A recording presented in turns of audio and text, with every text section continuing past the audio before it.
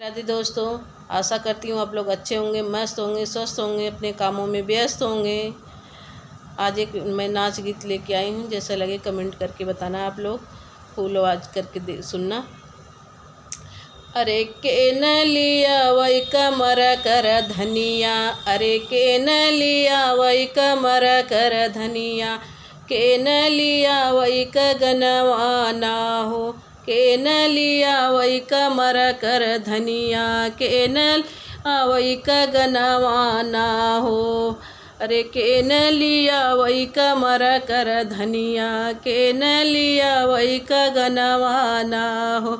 अरे नानी लिया वही कमर कर धनिया, नानी लिया वही कमर कर धनिया, अरे मौसी लिया वही गगनवा ना हो, मौसी वही गगनवा ना हो। अरे के न लिया वही लालन के पालनवा, के न झूला वही झेलुआ ना हो।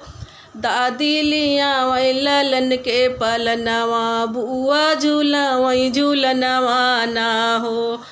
दादी लिया वही न लालन के पालनवा, बुआ झूला वही झेलुआ ना हो।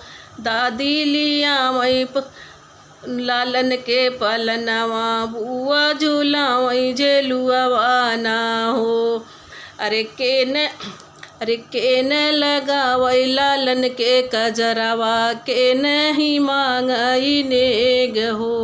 अरे के नहीं लगा वही लालन के कजरवा, के न मांगई जो नेग हो। अरे बुआ लगा वही लालन के कजरवा, बुआ मांगई नेग हो।